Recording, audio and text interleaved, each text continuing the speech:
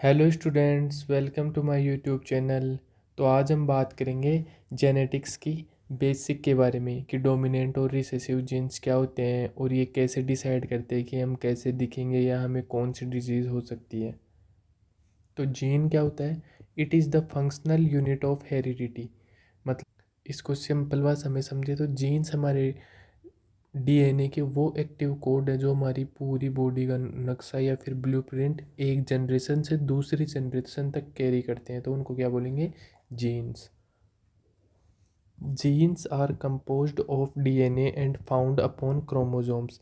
इसका मतलब है कि जीन्स हमारे डीएनए से बने हुए होते हैं। किससे बने होते हैं? डीएनए से। और किसके ऊपर लगे हुए होते हैं? क्रोमोसोम पे एक लाइन के अंदर लगे हुए होते हैं। तो genes are composed of DNA and found upon the chromosomes. Total number of genes in a cell is about 20,000 to 25,000। मतलब लगभग 20,000 से 25,000 जीन्स होते हैं लगभग, नॉर्मल माने तो। अब इसकी बात करें टाइप्स की, there are two types of gene, dominant और रिसेसिव। तो शुरू से देखते हैं कि जीन क्या होता है, इसको समझने की कोशिश करते हैं एक बार स्टार्टिंग से।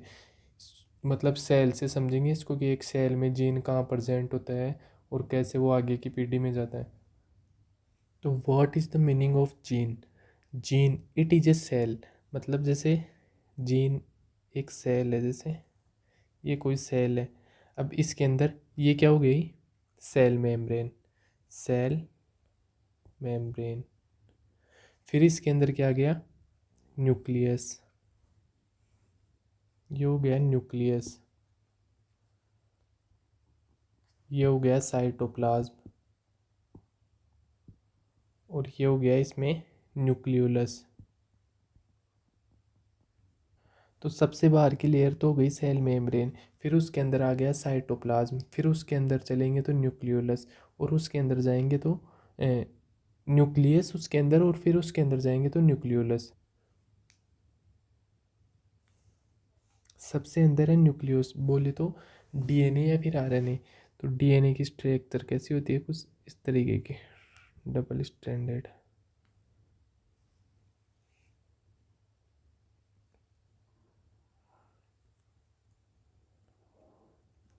ये है डीएनए।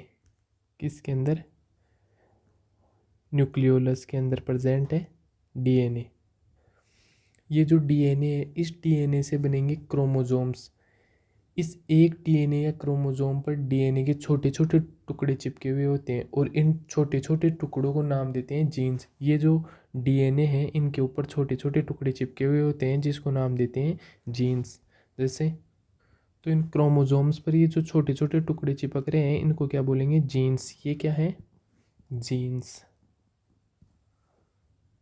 अब न्यूक्लियस के अंदर जितने भी क्रोमोसोम हैं उन क्रोमोसोम पर लगभग जीन का नंबर कितना होता है? 20 से 25 हज़ार। 20,000 से 25,000। 25,000 की क्या होता है? जीन का नंबर होता है। ये डाटा कब का है?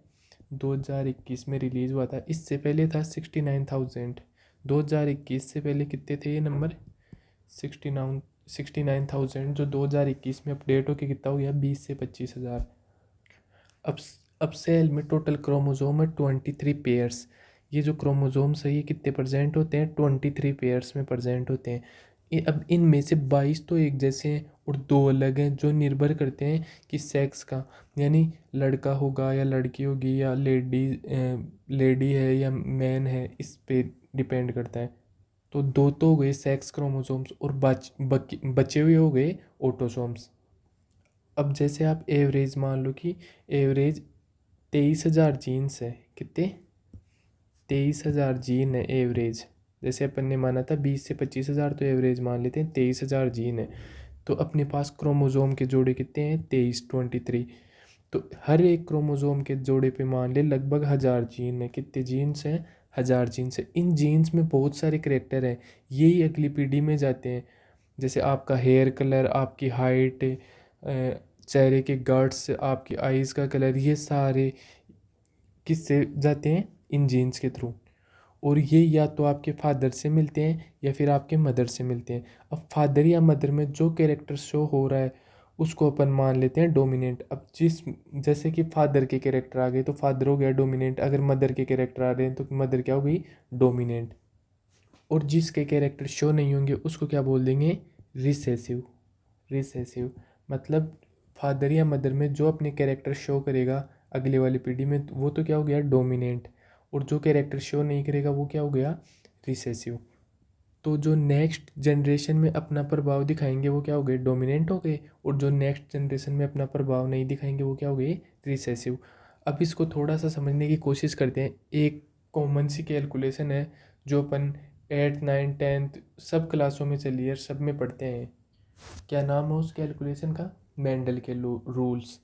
जब एक लंबे पौधे का क्रॉस यानी एक टॉल ट्री का क्रॉस ड्वार्फ पौधे से करवाएंगे तो होने वाले सारे पेड़ कैसे होंगे, लंबे। जैसे अपन पढ़ते हैं कि कैपिटल टी ये है डोमिनेंट और ये स्मॉल टी है रिसेसिव।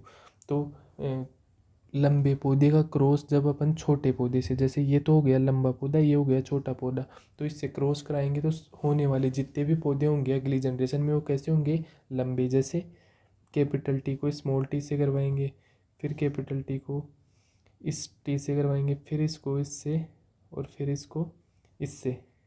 तो capital T small T, capital T small T.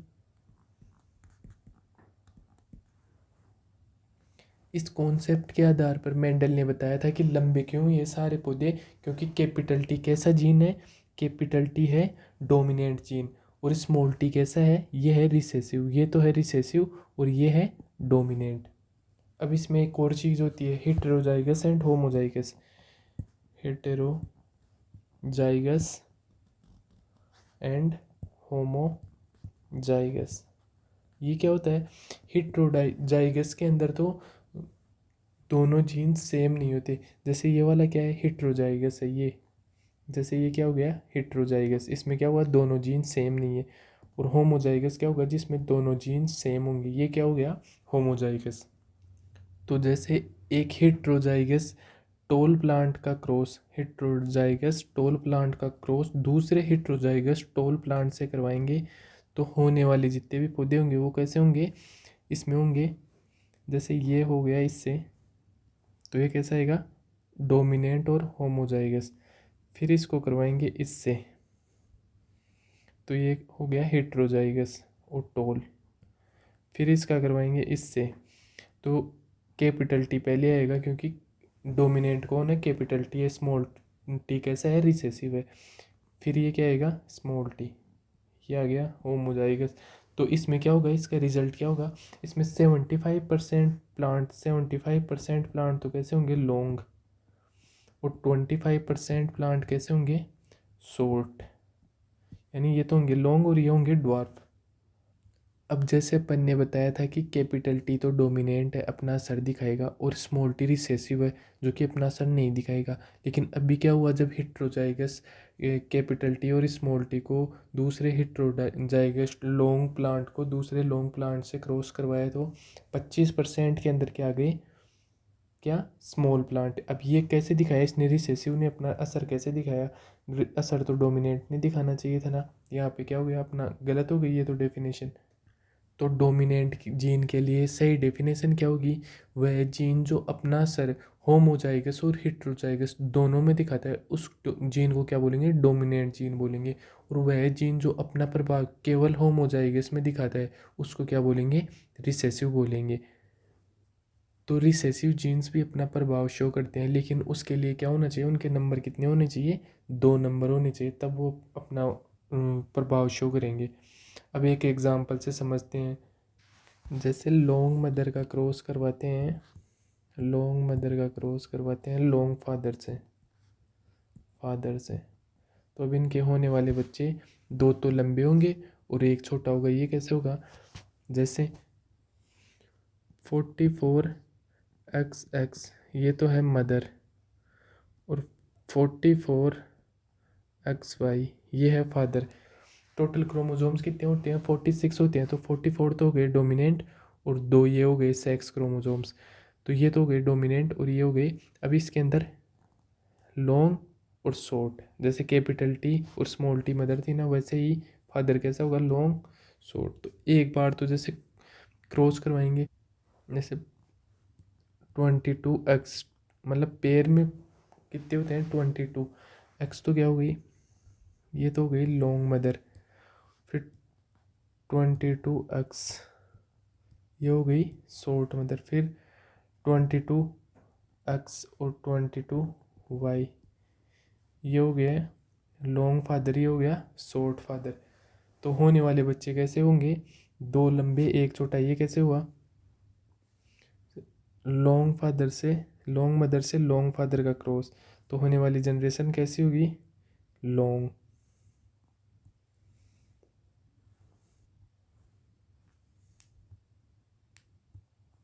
फिर स्मॉल से लॉन्ग, तो होने वाली जनरेशन कैसी होगी, कैपिटल टी स्मॉल टी। ये हो गया रिसेसिव, ये हो गया डोमिनेंट। ये भी डोमिनेंट है, लेकिन ये है होमोजाइगस और ये है हेट्रोजाइगस। फिर इस स्मॉल का स्मॉल से करवाएंगे, तब क्या होगा स्मॉल। क्यों, क्योंकि ये नंबर में कितने थे, दो। इनको प्रभाव शो करने के लिए कितना नंबर होना चाहिए इनका, दो। तो जैसे मम्मी भी बड़ी थी, फादर भी बड़ा था, फिर भी बच्चा छोटा कैसे हो गया, क्योंकि वो कैसे थे, हेट्रोजाइगस थे। मतलब कैपिटल टी स्मॉल टी थी, मतलब उनके दो जीन्स कैसे थे, रिसेसिव थे।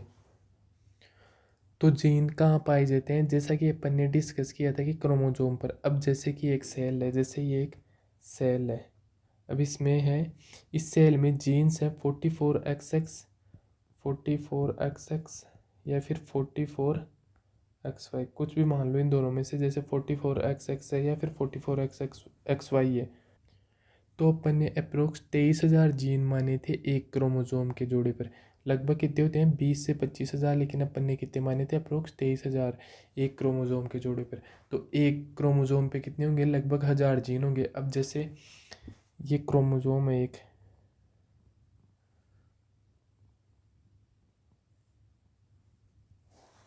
और ये इसके ऊपर क्या प्रेजेंट है, जीन्स। अब ये जो जीन्स है इनके ऊपर कुछ मैसेज प्रेजेंट होता है। ये जितने भी जीन्स हैं, इन हर जीन के ऊपर एक मैसेज प्रेजेंट होता है। तो जैसे ये जीन यहाँ से अलग होकर mRNA बनाते हैं, और फिर बॉडी में प्रोटीन बनता है। क्या बनाते हैं, mRNA, और mRNA क्या करेगा, प्रोटीन सिंथेसिस करेगा। अब कई कई बार क्या होता है, किसी कारण से जीन में हो जाता है म्यूटेशन, और जीन का रूप स्वरूप शेप साइज अल्टर हो जाता है। अल्टर होने का मतलब है कि जीन बॉडी में कुछ और बनाने वाला था और बना कुछ और दिया। तो इसमें अल्ट्रेशन आने की वजह से जो चीज़ बननी चाहिए थी वो नहीं बनेगी, और नहीं बनेगी तो बताओ ज़िंदगी भर ही नहीं बनेगी, और ज़िंदगी भर नहीं बनेगी तो पॉसिबल है पर्सन में कोई बीमारी हो, डिजीज़ हो, कोई भी डिजीज़ या फिर क्या हो, बीमारी। अब अगर एक पीढ़ी में ये हो गई तो बताओ ये जीन अगली पीढ़ी में जाएगा तो अगली पीढ़ी में भी होगी, ख़राब हो गई, फिर उससे अगली पीढ़ी में जाएगा तो उससे उसमें भी होगी। तो ये पीढ़ी दर पीढ़ी जाएगी। तो ये जो भी बीमारियाँ जो पीढ़ी दर पीढ़ी जाती है, इनको क्या बोलते हैं, इनको बोलते हैं इनहेरिटेंट डिसऑर्डर्स। तो इनहेरिटेंट डिसऑर्डर्स क्या होते हैं कि जीन के अंदर कोई भी प्रॉब्लम आ जाए, जिसका काम था वो अपना काम नहीं कर रही है, और ये पीढ़ी दर पीढ़ी मतलब आगे हर पीढ़ी में ये बीमारी जा रही है, तो इसको क्या बोलेंगे, इनहेरिटेंट डिसऑर्डर्स। तो पीढ़ी दर पीढ़ी चलने वाली बीमारी का क्या नाम हो गया, इनहेरिटेंट डिसऑर्डर। अब इनहेरिटेंट डिसऑर्डर का एग्जांपल बताऊं तो जैसे सिकल सेल एनीमिया। अब सिकल सेल एनीमिया में क्या होता है, जैसे अपनी नॉर्मल आरबीसी कैसी होती है, बाइकॉनकेव। जैसे ये अपनी नॉर्मल आरबीसी कैसी होती है, बाइकॉनकेव। इसके अंदर क्या प्रेजेंट होता है, इसमें प्रेजेंट होता है हीमोग्लोबिन। हीमोग्लोबिन दो कंपोनेंट से मिलकर बना हुआ होता है, हीम और ग्लोबिन। और ग्लोबिन बना हुआ होता है पेप्टाइड चेन से, दो तो अल्फा और दो बीटा। इतना समझ आया क्या, जैसे अपनी नॉर्मल आरबीसी किस शेप की है, बाइकॉनकेव शेप की है। ये दो कंपोनेंट से मिलके बनी होती है, हीम और ग्लोबिन। हीम ग्लोबिन में बना होता है चार पेप्टाइड चेन से, दो तो अल्फा और दो बीटा। अब ग्लोबिन में चार पेप्टाइड चेन प्रेजेंट होती है, दो अल्फा और दो बीटा। एक अल्फा अमीनो एसिड का नंबर होता है, अल्फा अमीनो एसिड का नंबर होता है 141, और बीटा अमीनो एसिड का नंबर होता है 146। अब देखिए जैसे किसी पर्सन में यहाँ प्रॉब्लम हुई, यहाँ गड़बड़ी हुई, तो पूरी चेन बन रही थी ये जो अल्फा और बीटा की। What is this? It is A protein.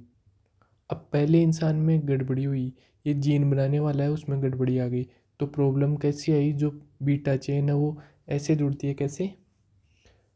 First number, second number, जैसे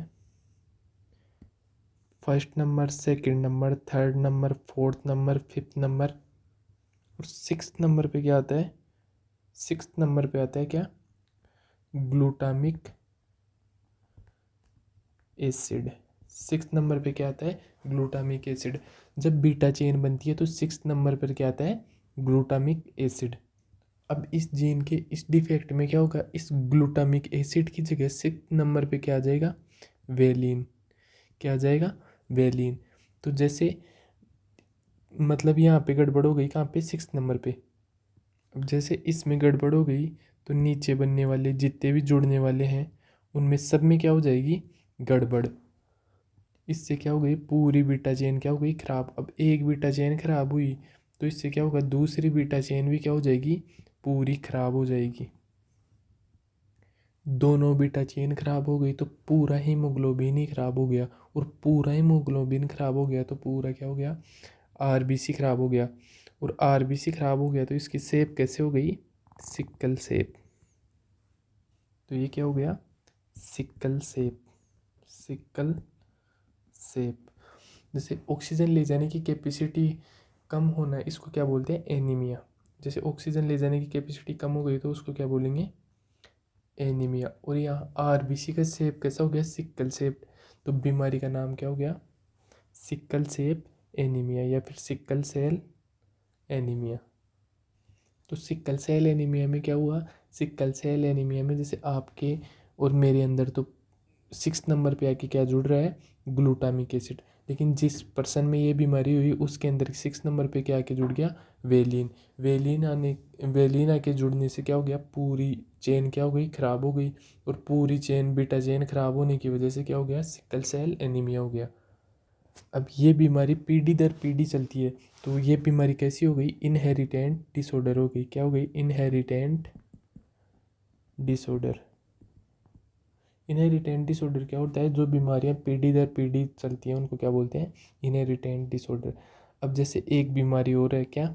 थैलेसीमिया। सेकंड एग्जाम, पहला तो हो गया सिकल सेल, दूसरा एग्जाम्पल क्या है? थैलेसीमिया। थैलेसीमिया। इसमें जैसे पूरी चेन ही नहीं बनती, जैसे या तो अल्फ़ा चेन नहीं बनेगी या फिर बीटा चेन नहीं बनेगी। तो जैसे अल्फ़ा चेन नहीं बनी तो क्या हो गया? Alpha thalassemia. और बीटा चेन नहीं बनी तो क्या हो गया? Beta thalassemia. ये भी एक जैसे आरबीसी के अंदर गड़बड़ आने की वजह से होता है, प्रॉब्लम की वजह से होता है। जैसे किसी में अल्फ़ा चेन पूरी गायब हो गई या फिर बीटा चेन पूरी गायब हो गई तो उसको क्या बोलेंगे? अल्फ़ा थैलेसीमिया या बीटा थैलेसीमिया। ये भी क्या है? एक इनहेरिटेंट डिसऑर्डर का क्या है? एक एग्जाम्पल है। अब जो ये डिफेक्ट आता है, इस डिफेक्ट में जो डिफेक्टिव जीन है वो कहाँ मौजूद होता है? जैसे ये एक सेल है, जैसे ये क्या है? एक सेल है। इसमें दो तरह के क्रोमोसोम होते हैं, 44XX और 44XY। जैसे या फिर कोई सी भी सेल है जिसमें एक परसेंट है 40, या तो 44XX या फिर 44XY।